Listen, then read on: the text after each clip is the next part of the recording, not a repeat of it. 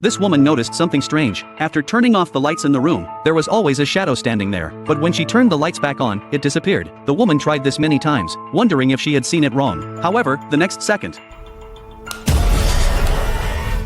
she found her boss and told him that something was wrong in the room, asking him to be careful on his way home from work. The man was talking to his family on the phone and didn't take this matter seriously. When the man got home from work, he noticed someone crouching on the ground. He thought it was an employee who hadn't left yet. Just as he was about to ask, the light suddenly went out. When the lights came back on, the figure approached. The man was extremely nervous. However, the next moment, the figure disappeared. He wanted to escape, but he tripped halfway there. Looking down, he found that his leg had been scratched. At that moment, the figure reappeared and slowly approached the man. However, the figure seemed to be afraid of light. The man realized this and ran back to the office. He turned on the lights, thinking he was safe, but unexpectedly, the power went out. At that moment, the door slowly opened, and the next moment, the man was grabbed. When the lights came back on, the man had stopped breathing. Not long after the man died, his son also encountered a paranormal event. Late at night, Martin heard strange noises. He got out of bed to investigate and saw his mother talking to herself. Martin didn't think much of it. Since his father's death, his mother had been mentally unstable. Just as the boy was about to return to his room, he happened to look back and saw a hand reaching out from the darkness. Martin's eyes widened in terror, and he ran back to his room and hid under the covers. The next day at school, Martin was listless, so the teacher tried to contact his mother, but the phone didn't connect. So she called Martin's sister to ask if he was sleeping well at home, but Rebecca didn't know the details. They had the same mother but different fathers, and didn't live together. After a brief conversation, Rebecca took her brother home,